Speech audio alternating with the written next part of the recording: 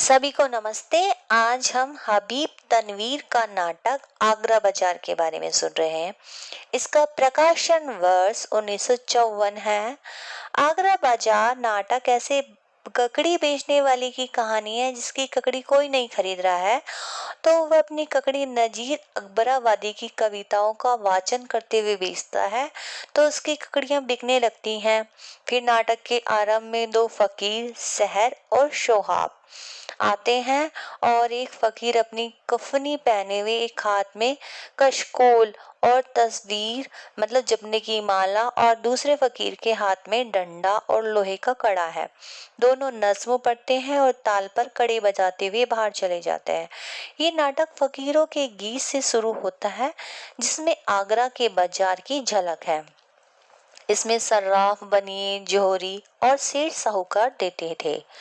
फिर इसमें सबको नगद सो खाते हैं उधार, बाजारे में उड़े हैं पड़ी खाक बेसुमार, बैठे हैं यूं दुकानों में अपनी दुकानदार, जैसे कि चोर बैठे हों कैदी कतार बंद। इस एक नज्म से आगरा के बाजार का पूरा माहौल सामने आ जाता है, जिसमें किसी भी व्यापारी का कोई सामान नहीं बिक रहा है और सब अपने माल को बेचने के लिए कैसी कैसी तरकीबें ढूंढ रहे हैं। और बाजार में विचित्र सा चरित्र है, और ककड़ी बेचने वाला, पान बेचने वाला, लड्डू बेचने वाला, किताब बेचने वाला, एक उदीयमान कवि, एक ईर्ष्यालु कवि और एक पुलिस का आदमी, पतंग वाला इस बाजार में सब आते हैं। यहाँ उत्सव भी मनाए जाते हैं और ये सभी पात्र किसी न किसी तरह नजीर से जुड़े हुए हैं। फिर मदारी तयाव कगड़ी वाले ने उनकी शायरी को कंठ दिया है। बाजार में सभी दुकानदार कुछ ना कुछ बोलकर अपना सामान बेचने का प्रयास कर रहे हैं, परंतु सभी दुकानदारों की स्थिति एक जैसी है। इनमें से किसी का भी सामान नहीं बिक रहा है। मदारी आता है, बंदर का नास्तिक आता है, सभी दुकानदार अपना सामान बेचने के लिए आवाजें लगाते हैं। इसी बीच मदारी वाला ककड़ी वाले पर क्रोधित होता है। तुम्हारी ककड़ी के कारण सभी लोग चले गए हैं और कोई भी कुछ नहीं खरीद रहा है। फिर इसमें आपस में लड्डू वाला, तरबूज वाला, ककड़ी वाला, मदारी वाले के बाद फिर कुछ आपस में कहासुनी हो जाती है। फिर इसमें एक फकीर आता है, वह नज्म गाने लगता है। फकीर का नज्म सुनकर ककड़ी वाले के दिमाग में एक बात आती है। वह सोचता है क्यों ना हम भी फकीर की तरह नज्म गाकर ककड़ी बेचें, जिससे लोग आकर्षित होंगे और सभी ककड़ी खरीदने लगेंगे। फिर नाटक में एक शायर हमजोली के साथ किताब के पास आता है और वह शायरी करता है।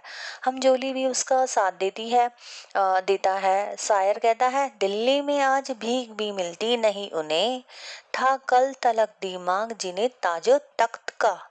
किताब वाला कहता है, वाह वाह वाह सुभान अल्लाह। इसी तरह की बातें चलती रहती हैं और उसी समय वृतांत लिखने वाला किताब की दुकान पर आता है। दुकान पर बैठकर वह सबसे बातें करने लगता है और ककड़ी वाले ने शायर और हमजोली से कुछ ना कुछ नज्म हमारे ककड़ी पर भी लिख दीजिए ऐसा कहता है। लेकिन लोगों ने इनकार कर दिया और उसे नजीर के पास जाने की सलाह दी। यहाँ पर शायर तजकिरा नवीस से कहता है, ये गरीब सुबह से आपकी राह देख रहा है कि आप आए और दो चार शायर अपनी ककड़ी पर ये लिखवाए, लेकिन आपने उसकी बात का जवाब ही नहीं दिया। फिर तजकिरा नवीस कहता है, मैं ऐसे वैसे की बात करके अपनी जुबान नहीं खराब करना चाहता। किताब वाला कहता है, क्या मियाँ आप भी मीरसा के नक्शे कदम पर चल रहे हैं। उसके बाद ये चारों किताब वाला हमजोली शायर और तजकिरा नवास की लंबी शेरो शायरी होती है। इन शेरो शायरी से चर्चा के दौरान ये सभी नजीर अकबराबादी के शेरों की शायरी को उपेक्षित करते हैं। फिर इसके बाद नाटक में क्या होता है, सिर्फ अकबराबादी का सिर्फ नाम लिया जाता है, ये पात्र के रूप में कहीं नहीं है। फिर इसके बाद बीच बाजार में एक तरफ से हिंदू टोली बलदेव का मेला शीर्षक वाली नज्म गाती हुई बाएं तरफ से घुसती है और दूसरी तरफ से सिक्कों की टोली गुरु नानक की कविता गाती हुई घुसती है। कहते नानक शाह जिन्हें वह पूरे हैं आगाह गुरु, वो कामिल रहकर जग में है यूं रोशन जैसे महागुरु। हिंदू टोली भी गाना गाती है, क्या वह दिस पर कोई नवीला है नाथ है, कहीं वह चीला है, ये टोलियां गाती हुई चली जाती हैं। फिर तजकिरा नवीस किताब वाले से कहता है, क्या जमाना आ गया है, देखिए कि कुतुब खानों में फारसी की किताबें ही गायब हो रही हैं। फिर किताब वाला कहता है, खूब याद आया। नजीर के शामिर्द हाल ही में मेरे पास आए थे। फिर उनकी नज्म लेकर उन्होंने कहा, क्या है, मैं अपनी रसूख से उसकी शाया करवा सकता हूँ, मतलब प्रकाशित करवा सकता हूँ। अब भला बताऊं, बताइए कौन पढ़ेगा मियाँ नजीर का कलाम। यहाँ पर फिर से एक बार नजीम को उपेक्षित किया गया है। इसी बीच यहाँ पर करीमन और चमेली दोनों हिजड़े बाजार में आते हैं और दोनों कृष्ण के ऊपर गीत गाते हैं। ऐसा था बांसुरी का बजैया का बालपन, क्या क्या कहूँ मैं किशन कन्हैया का बालपन। इसी बीच दरोगा आ जाता है। दरोगा वहाँ बैठे लोगों से झगड़े के विषय में पूछता है और दंगे फसाद के बारे में पूछता है कि किस बात को लेकर वहां पर झगड़ा फसाद हुआ। ये कहकर दरोगा सभी दुकानों पर 1-1 रुपए का जुर्माना लगा देता है। दरोगा बेनजीर के पास जाता है। इधर नजीर की नवासी दुकान पर आकर कहती है, चाचा नाना ने आम का अचार मंगाया है। पंसारी उससे पूछता है, कहाँ है मियाँ नजीर, शहर में अंधेरा हो गया है, उनसे कहो इस जुल्म पर भी एक कविता लिखे। बैठे बिठाए हम लोगों पर 1 रुपया का जुर्माना हो गया।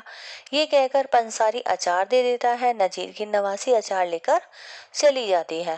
बाद में आकर नवासी पंसारी से कहती है, ये पढ़ लीजिए। पंसारी कहता है, सुनो मियाँ, नजीर ने नई नज्म भेजी है। पंसारी नज्म पढ़ता है।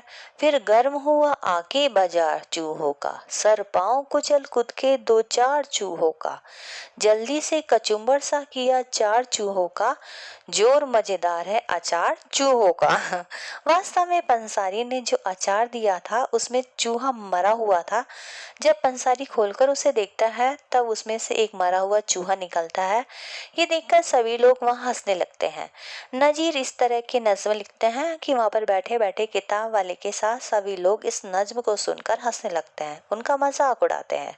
किताब वाला कहता है, ताजुब तो इस बात की है कि मियाँ नजीर शरीफ घराने के आदमी है, जाहिल और गदागर की चीजें गाते फिरते हैं। यहाँ उन्हें अपना ना सही अपने खानदान वालों की इज्जत का तो ख्याल रखना चाहिए।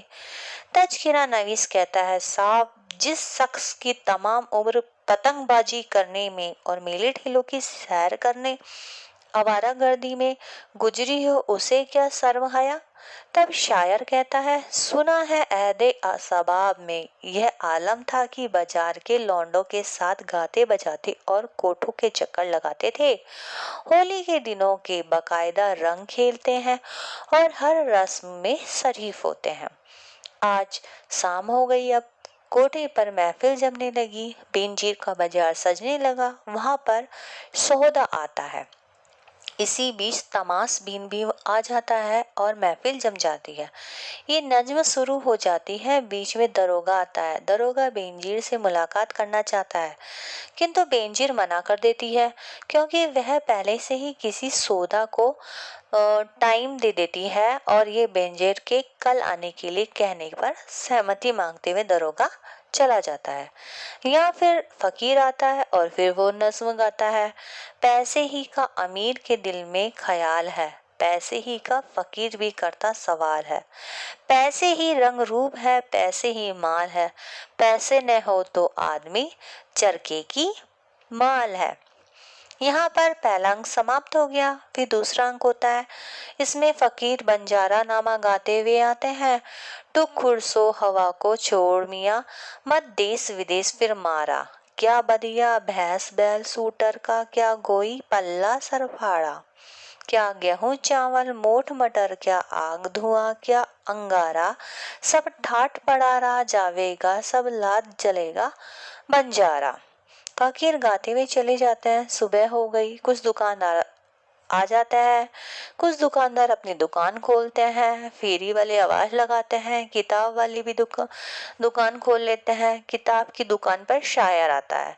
किताब वाला शायर से कहता है, चौधरी गंगा प्रसाद साहब ने कुछ कहा है और आपसे शायर कहता है उन्होंने इशारे में बात की।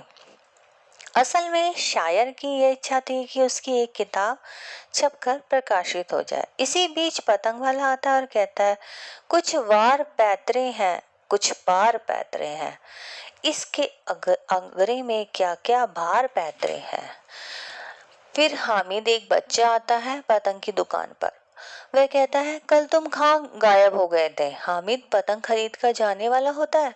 तभी किताब वाला उसे कुछ सुनाने के लिए कह देता है।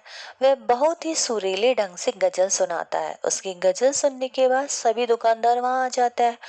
उनमें एक खोमचे वाला भी होता है और फिर अंधा भिखारी भी होता है। वो अंधा भिखारी एक औरत के साथ आता है, वह भी गाता है, पहले नाव गणेश का लीजिए शीस नवाए, जैसे कारज सिद्ध हो सदा मुहूर्त लाए, खुशी रहे दिन रात वह कभी न हो दिलगीर, बैठे हो गुलरू रंग भरे कुछ भीगी ताने होली की, कुछ नाचो अदा के ढंग भरे। अब नाटक में दो सिपाही आते हैं। वे बेनजीर के कोठे के पास खड़े होकर इंतजार करते हैं कि मजनू निकले तो उसे उठाकर ले जाए, क्योंकि दरोगा ने उसने बुलाया है। बीच में ककड़ी वाला नजीर के यहाँ शेरो शायरी लिखवाता है और गंगा प्रसाद बड़े दुकान वाले हैं। वह पतंग वाले से कहते हैं कि आप ये धंधा छोड़कर अखबार रसाइल के काम में लग जाइए। हबीब के इस नाटक की तुलना भारतेंदु जी के नाटक अंधेर नगरी के साथ की जाती है। ये नाटक यहीं समाप्त होता है। धन्यवाद।